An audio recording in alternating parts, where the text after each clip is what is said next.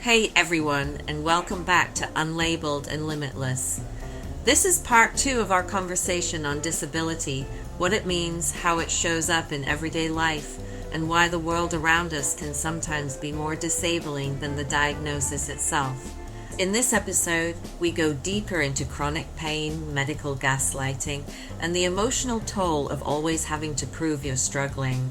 It's honest, a bit messy, and yes, there are some chaotic pet moments too. Let's get into it. It is a consistent thing that I have to think about all the time is where am I going to have a panic attack?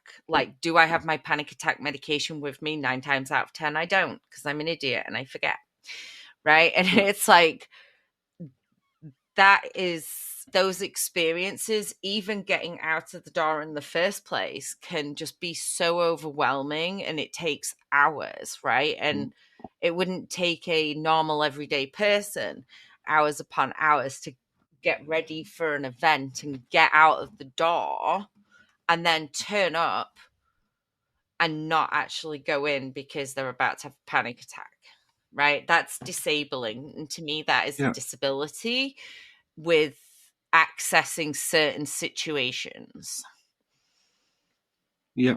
And that's what I've said to you before. It's not necessarily, when you look at neurodiversity as a spectrum, that doesn't mean to say that it's a concrete yes or no, or that it's not a disability or it is a disability, because it depends on where you are on the spectrum. So if you take just the first 4 words, a physical or mental impairment, for a lot of people, that especially if you start to look at autism, as I said, for some people, like with what you've described there, that has a severe impact. That doesn't diminish your impact or what it has on you. There, you can actually say that, yeah, do you know, it's disabling, it's consistent, and you go through that all the time. It doesn't diminish or dilute your experience on that. For other people, that impairment part isn't an impairment.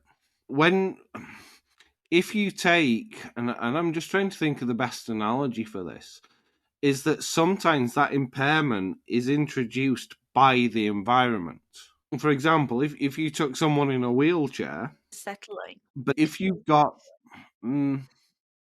say you were doing arts and crafts and you're left-handed, and the only thing that they've given you is right-handed scissors, you're going to struggle. It's going to cause problems. That doesn't mean that you're a disability, because if somebody gives you the right tools for what you need at that point, then you're able to complete the task.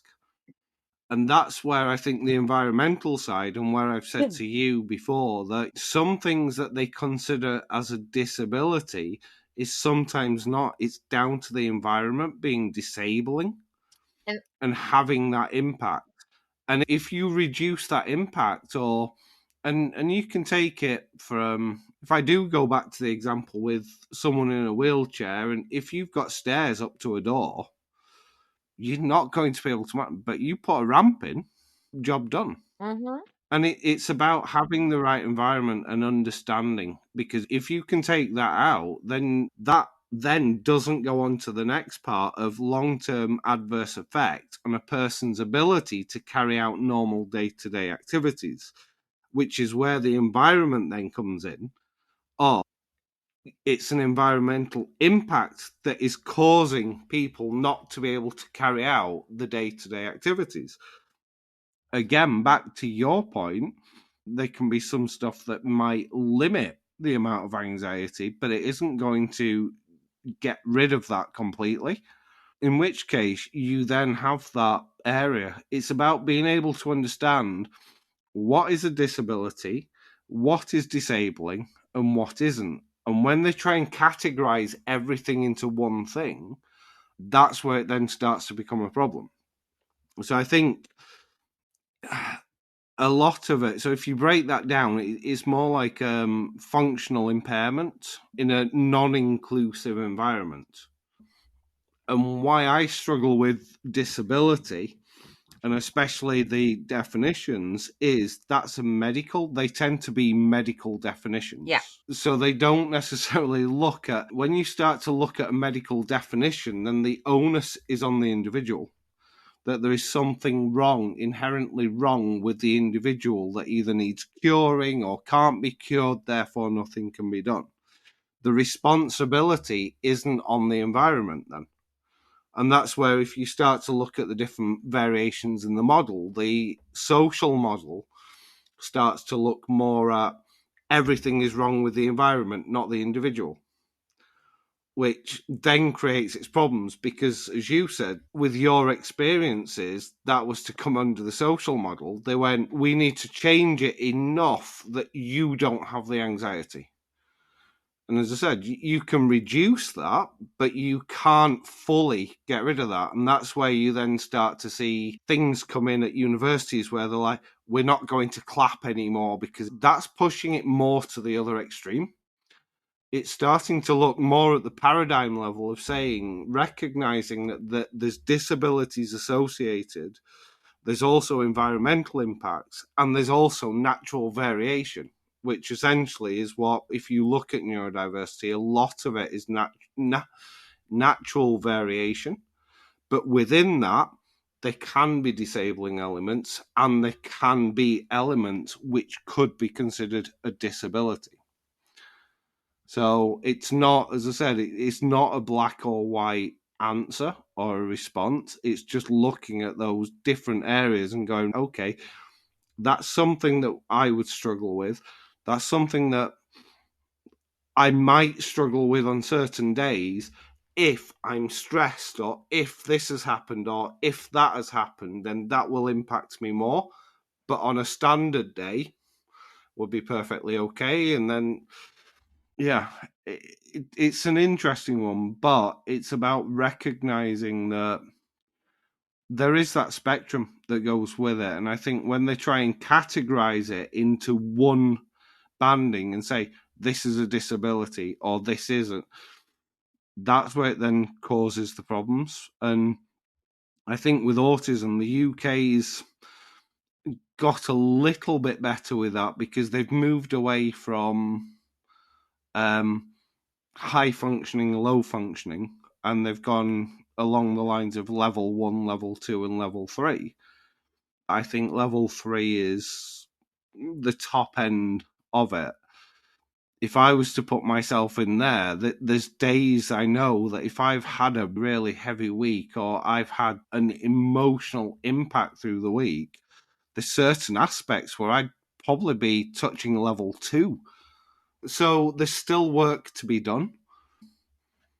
But I think where it comes from, where it's categorized as a disability, is that's where a lot of the stigma and the judgment come from as well, because it's seen as deficits, which is where the word disability is seen as the deficits, and everything then focuses on poor you, what can we do to cure you, what can we do to help, rather than actually seeing the positives and the actual abilities and talents and everything that come with it. They get ignored because of that. So I'm glad you brought that up, because one of the things that we posted about on the website, part 1 of 2, is actually about invisible carers and how so many people out there actually find themselves in a caring or support position for people that are neurodiverse or have mental health diagnoses that don't really qualify for support and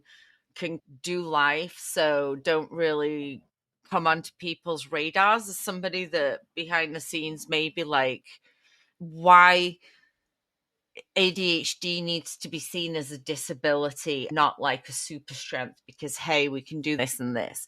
And he actually gave a really well-rounded view, and this is clearly like his position of it is, actually it can be a really significant disability, which it can be, right, in certain environments that aren't built for people that have got that restless mind, restless nature. It's like the things don't fit together.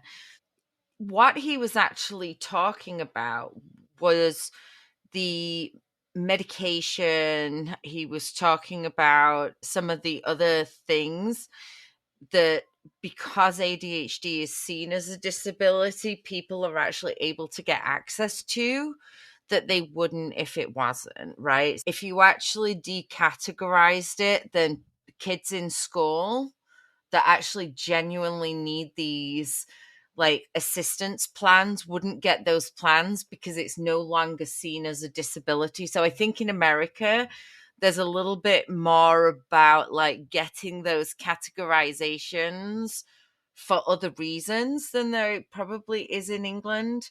But I was just looking to see if there's something in here where he talks about that, because I was like, oh, that's super interesting. I'd not really thought about it from that perspective before. It's still an issue here where you can't get the support and everything in place without a diagnosis, but then you have to wait 5 years for a diagnosis. There you go, look. Which does cause a lot of problems. And I think that's where there has to be that different classification. People along that spectrum is that for some of them, they need that medical care. For others, they don't. They need more of a social side to it, whether it's through occupational health, whether it's reasonable adjustments, whether it's anything there. For other people, they need that therapeutic side. They need to be able to speak to someone and to be able to understand and to be able to have a connection with people that understand what they're going through. And that might be enough. So everybody has a different level, but when you categorize it, then it all comes back to being treated at one place that can't manage that right now. So many people are being neglected and missed out. I think that's where, with companies, with organizations, moving towards that person-centered approach. And I think you made a really good point earlier when you said about the superpowers. I think that's the same. And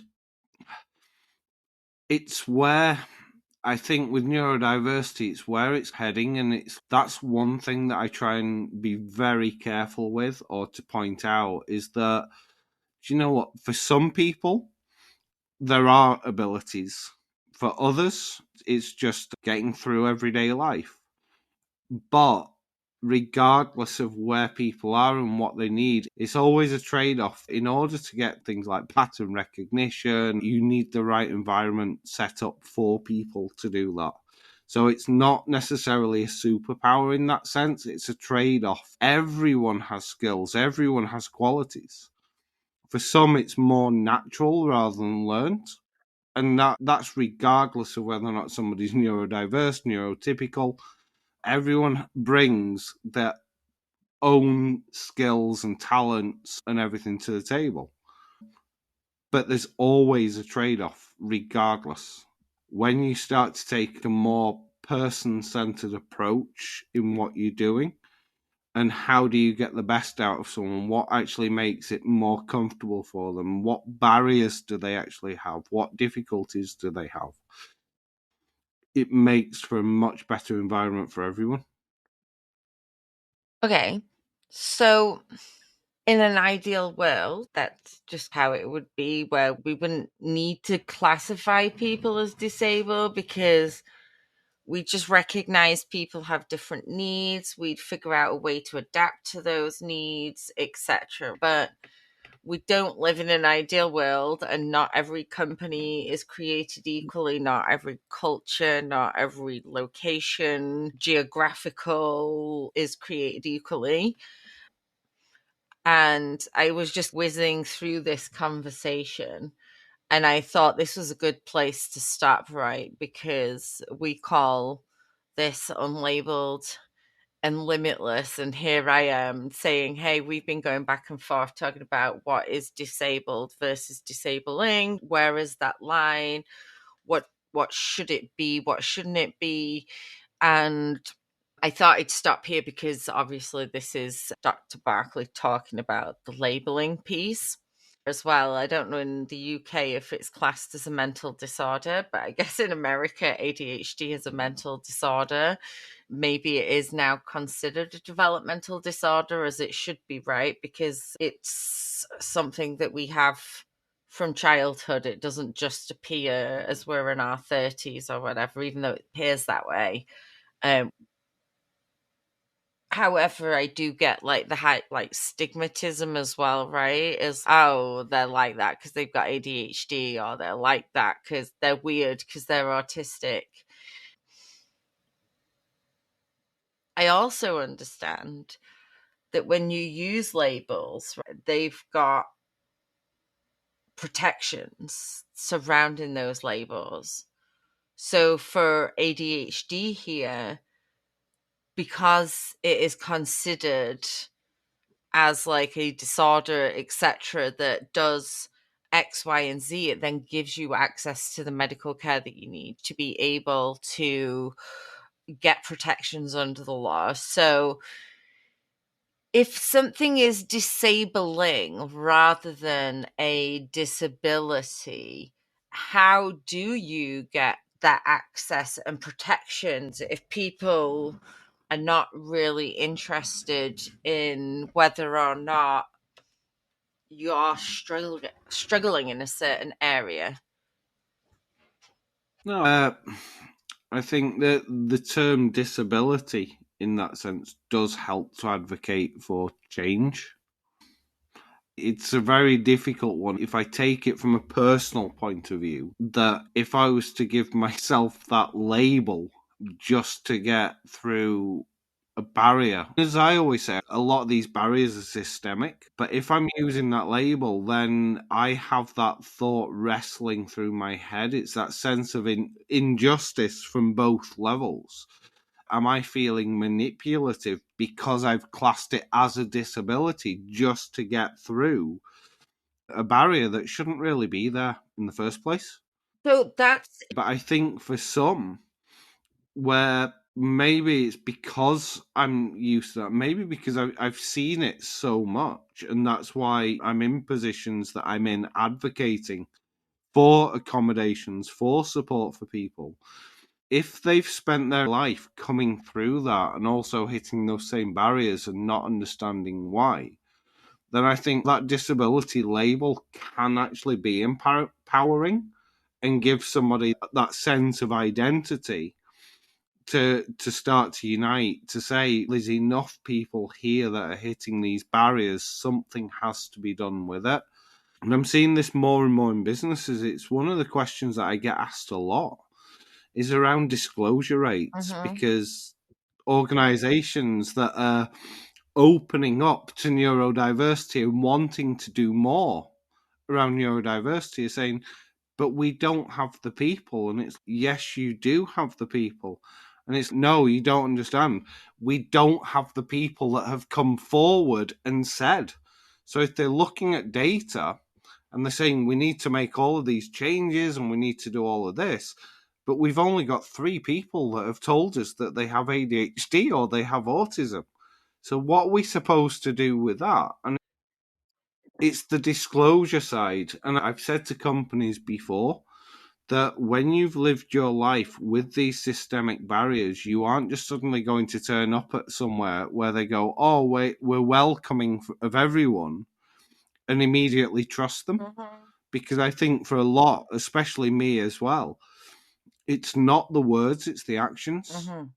And as people start to see an organization or a company or something actually making a difference, that's when they'll start to let the guard down a little bit, open up or drop the mask. But the moment something doesn't feel right, that will go straight back up again. So it's a hard one, because I think one of the areas with that and being able to come out from behind it, and I think where I was going with it, is that with the systemic barriers, for someone to actually say, yes, I have a disability, actually gives them a sense. One, it gives them a label, but it gives them a sense of community in some respects. it's when they then start to come out from that and start to question and say, but is it a disability? Why should it be a disability? Why am I different to so? That's when you then have more issue as those systemic barriers start to move. And they're like, oh, why do you need a service dog in this? Because I'm a moron, right? And I know people think, like, why would you need a service dog? Seems really weird to them. But I have panic attacks. I have panic attacks on planes because rude people throw their seats back without looking behind them first and saying, hey, I'm going to throw my seat back like a douche nozzle. Fine, tell me first. Make sure my laptop's not about to get crushed on my head bashed. Because I sleep like that. And sometimes they just throw the seat back while you're trying to sleep, and you could have done that gently, dickwad, right? Anyway, but you get my idea. And then I'm like, ah. And so there's moments where I'm in confined spaces where I'm getting really frustrated.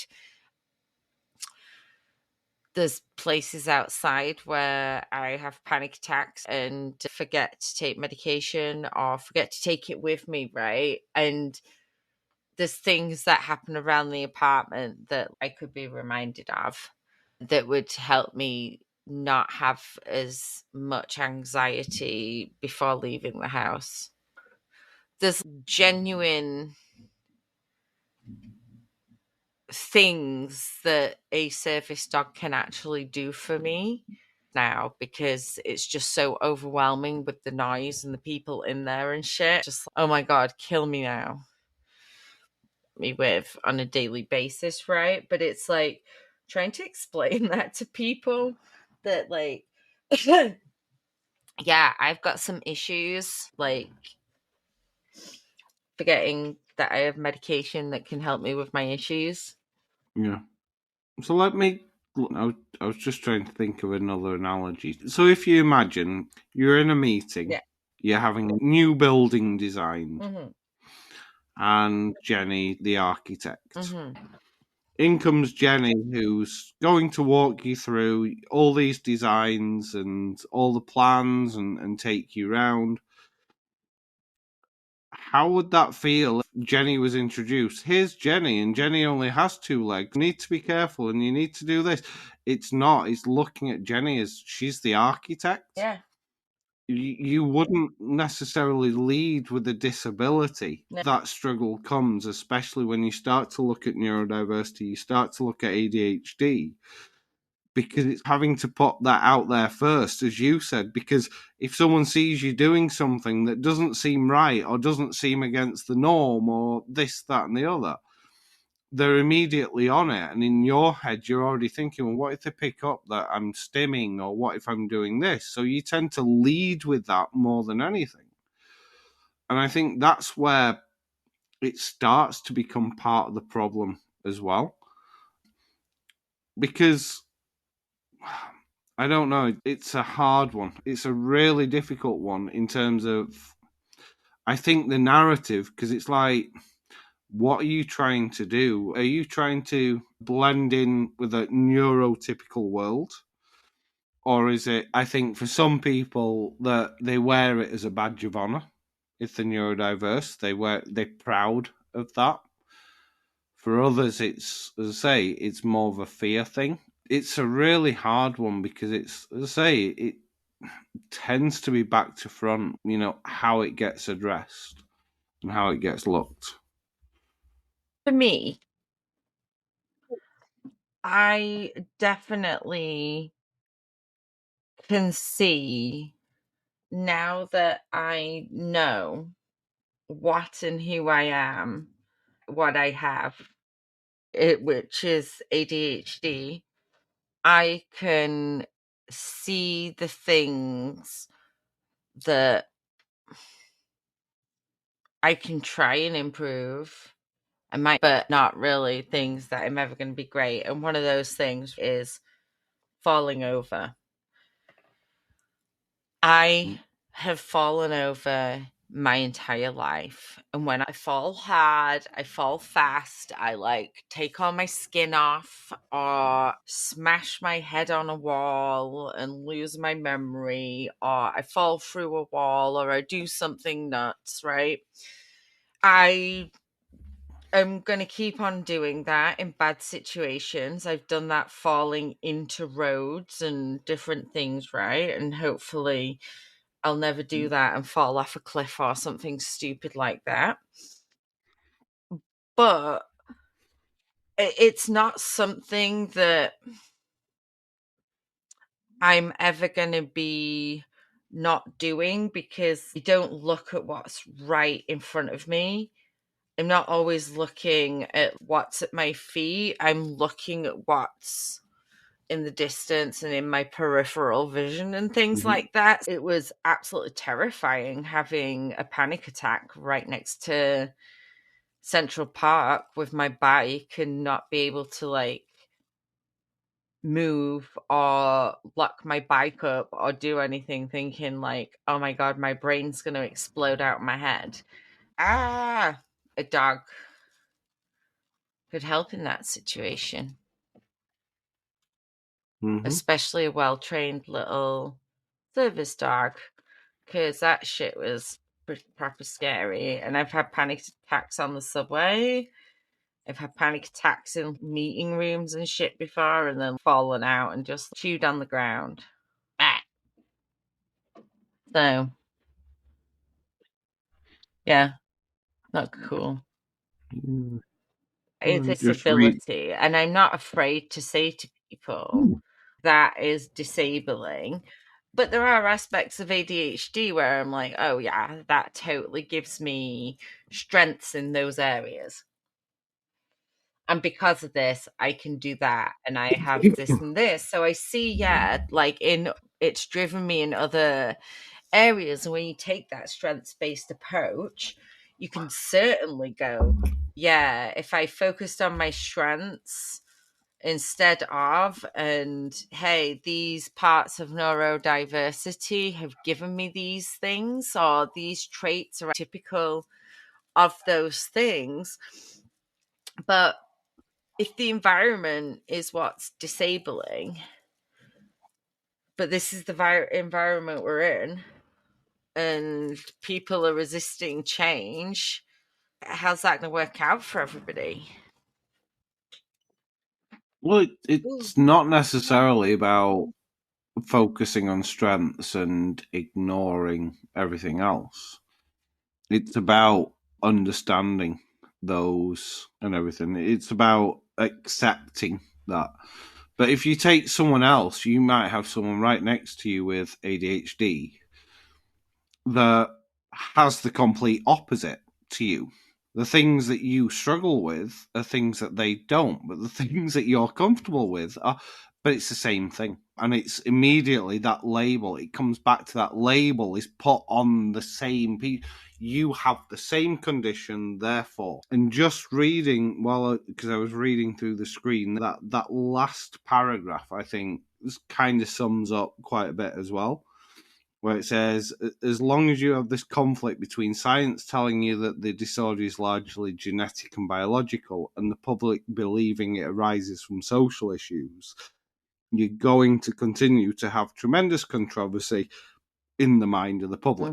That everything that I come across is an either or. Nobody actually sees or accepts an and. Nobody can look at those two things and go, do you know what? It can be genetic and biological. Oh, of course. And I think that's where, and I see that so often where it's an either or. And it's strange because as somebody who's autistic, you're only supposed to see in black and white.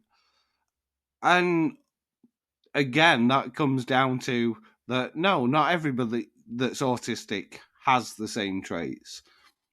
But the more that I sit in that grey area and the more that I look out, the more I see it's the world that sees things in black and white.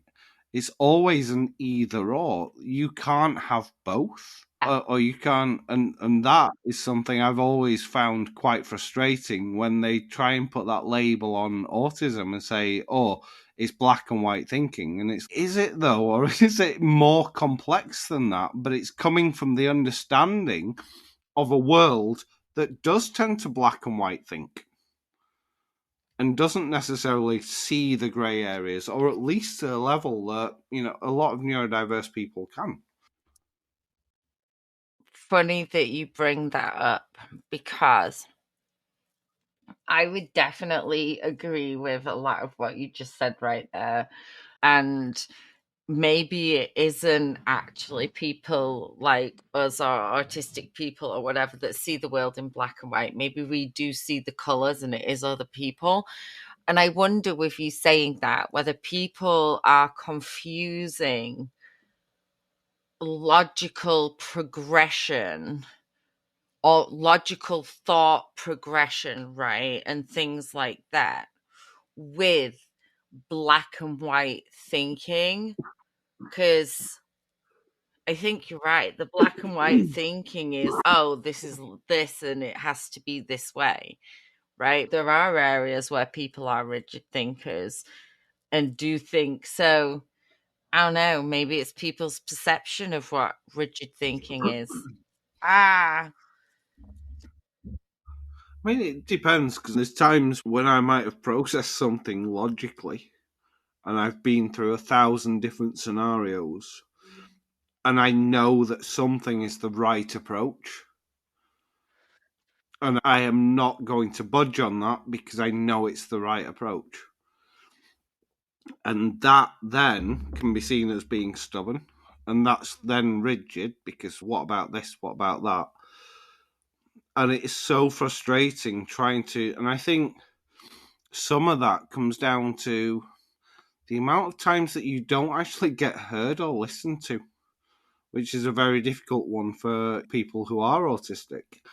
When you don't feel that you're being understood and you don't feel you're being heard.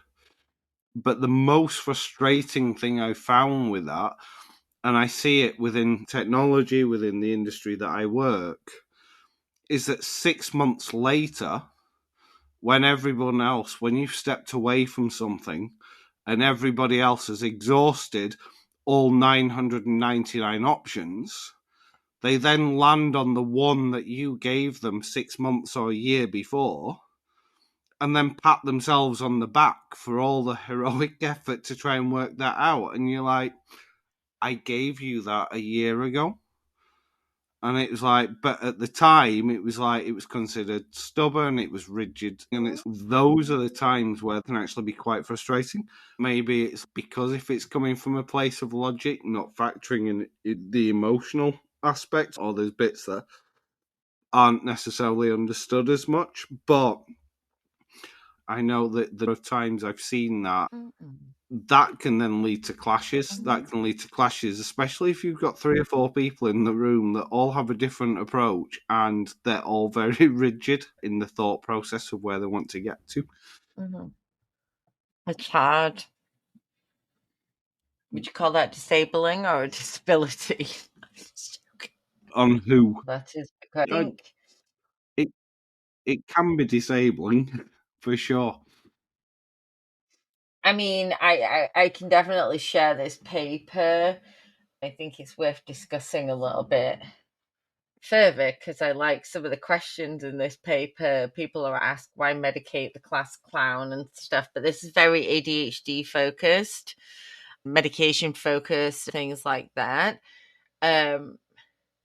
But do you think then maybe something that we could look into is, like, how is autism versus ADHD versus dyslexia, dyspraxia looked at by society, by our workplaces, by the education system and things? Like, are some of them seen as ADHD? Is that just seen as a behavioral problem that people will grow out of? And autism is something that we should pity because of the negative language around it? Or is it, and that's what I'd started talking about with invisible care. Is there a way for us to change the negative language to move it from like deficit focused, burden driven words to things, like to see some of the positives of it and see what can be and some of the humor behind things without giving way to the stupid. Yeah, I think so. Would you say your autism was more limiting as a child, a teenager, or as an adult, or a different period I haven't mentioned? Maybe in your past life. Just kidding. I'd say maybe different limitations at different points. Because as a child, there's a lot less understanding of what you're going through. It's not like you can just pick up, even back then, you couldn't just jump on the internet and Google stuff. So there was a lot of limitation around that. I think as a teenager, you've got your friends and you're out and you're doing things, that own level of complexity. I used to go down fields and stuff and meeting new people, and I'd be the one that sat on a wall just thinking and not saying very much, and that was very difficult because it's what do I say, and it was trying to not wanting to give away the wrong impression or do this. That had its own limitations. And then as an adult, I've hit that point that there is so much that I understand about myself that I don't necessarily care as much what people think.